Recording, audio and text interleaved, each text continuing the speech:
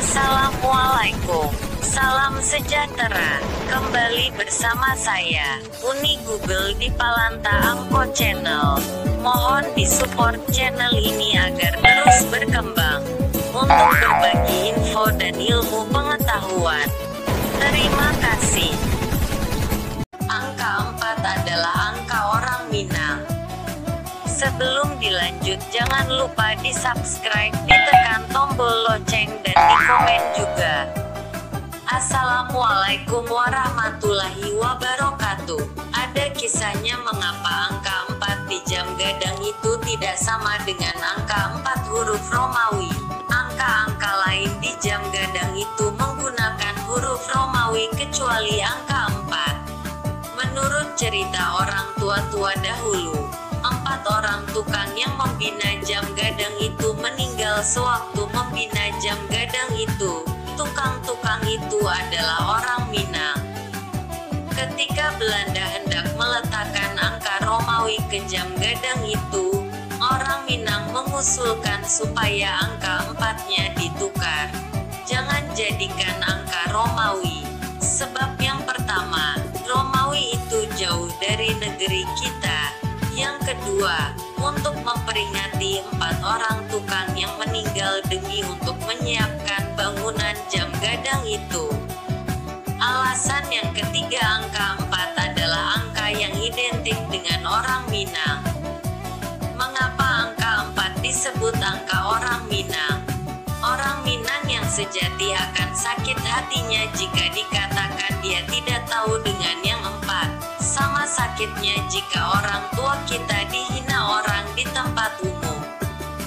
Jika ada orang Minang yang masih tersenyum dikatakan tidak tahu dengan yang 4, berkemungkinan dia tuli atau tidak mendengar apa yang dikatakan orang. Bagi orang Minang, angka 4 adalah angka bertua dan angka pusaka dari zaman nenek moyang lagi, bertentangan dengan orang Cina. Bagi orang Cina, angka 4 adalah angka sui atau angka sial. Di tanah adat Minangkabau, setiap sesuatu itu kebanyakan terbagi 4, tertuang dalam undang dan terlukis dalam lembaga adat dari dulu sampai sekarang.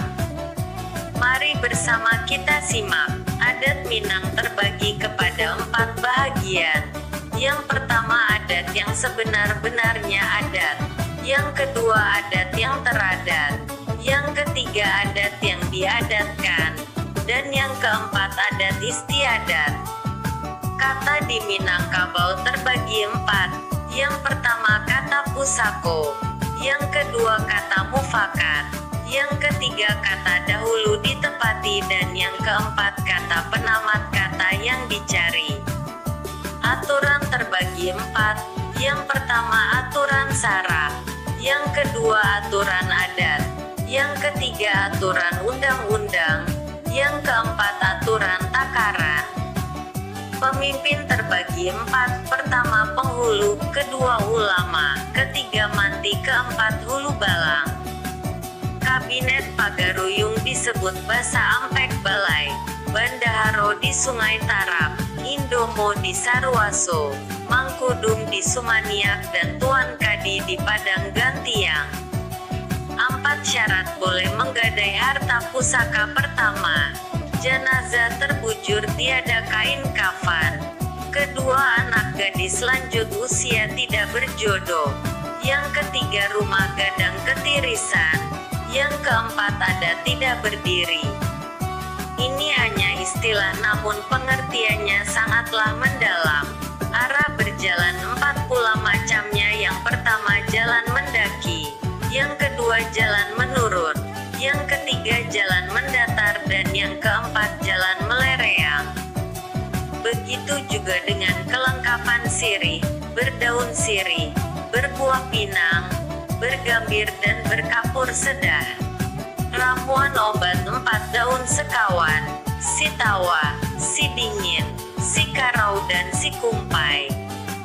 Khalifah Rasidin juga berempat, Abu Bakar, Umar bin Khattab, Utsman bin Affan dan terakhir Ali bin Abu Thalib. Kita lihat ke dapur. 4 omok secupak, 4 cupak sesukek, 4 sukek segantang. Begitu juga dengan sambal lado, ada cabai, bawang, garam dan asam. Rumah gadang bergonjong 4, pantun setonggak 4-4. Syarat negeri harus ada 4 suku, arah mata angin pun 4 juga. Bahkan sampai ke permainan pun berempat, main domino, main kowa, silat 4 pula langkahnya, kuda dilepas 4-4, lobang saluang juga 4. Jika kita hitung semuanya tentu tidak sedikit menghabiskan waktu. Sebab itu, kalau tidak tahu dengan yang 4 bukan orang Minang. Orang Minang harus tahu aturan, yang tidak tahu aturan sama dengan hewan. Itulah sebabnya orang Minang sakit hatinya bila dia dikatakan tidak tahu dengan yang 4, tidak tahu aturan. Sekian, terima kasih.